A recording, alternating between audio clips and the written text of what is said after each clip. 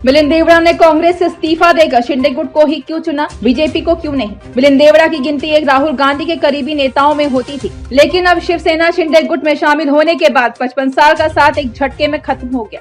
अब सवाल ये उठ रहा है कि आखिर मिलिंद देवड़ा बीजेपी में क्यों शामिल नहीं हुए।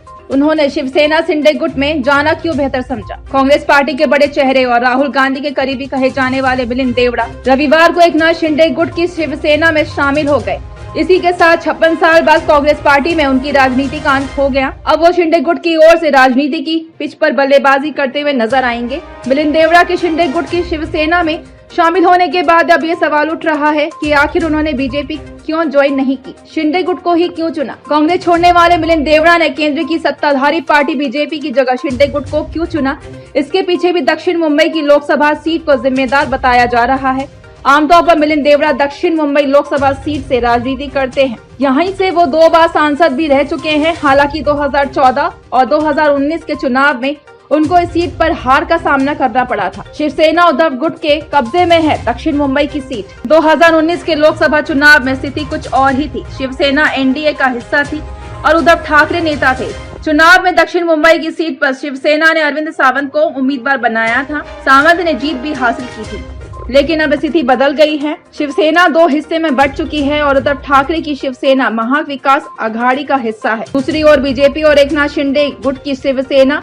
और एनसीपी के अजित पवार सत्ता में है। उद्धव ठाकरे ने सीट देने से कर दिया इनकार। महाराष्ट्र के सियासी गलियारों में इस बात की चर्चा है कि दक्षिण मुंबई की सीट अभी भी उद्धव ठाकरे की शिवसेना के पास ही रहेगी। उन्होंने पिछली 2 जीत का हवाला देते हुए सीट कांग्रेस को देने से मना कर दिया है। माना जाता है कि दक्षिण मुंबई की सीट शिवसेना को देना मिलिंद देवड़ा को मंजूर नहीं था। पार्टी के सामने उन्होंने अपनी बात भी रखी थी, लेकिन उनकी बातों को दरकिनार कर दिया। इसके बाद उन्होंने कांग्रेस छोड़ने का फैसला किया। अगर वो कांग्रेस नहीं छोड़ते तो उन्हें सीट के लिए 5 साल तक इंतजार करना पड़ता। सूत्रों के मुताबिक मिलिंद देवड़ा का मानना था कि 5 साल बाद देश की राजनीति और सीट पर कौन सा समीकरण बैठेगा कोई नहीं जानता है। दक्षिण मुंबई में शिंदे गुट लड़ सकता है चुनाव। इधर शिंदे गुट ने दक्षिण मुंबई की सीट पर अपना दावा ठोक दिया है। शिंदे गुट बीजेपी को यह सीट देने पर राजी नहीं है, जिसके बाद चर्चा है कि बीजेपी ने यह सीट छोड़ने का फैसला किया है। इसलिए मिलिंद देवड़ा बीजेपी में शामिल होने के बजाय शिंदे गुट में शामिल हुए हैं। अब आगे देखना होगा कि शिंदे गुट उन्हें दक्षिण मुंबई से उम्मीदवार घोषित करता है या नहीं। लेकिन सूत्रों के मुताबिक मिलिंद देवड़ा और शिंदे गुट में सीट को लेकर डील पक्की हो चुकी है। मिलिंद देवड़ा ने अपने समर्थकों के लिए पोस्ट किया लेटर।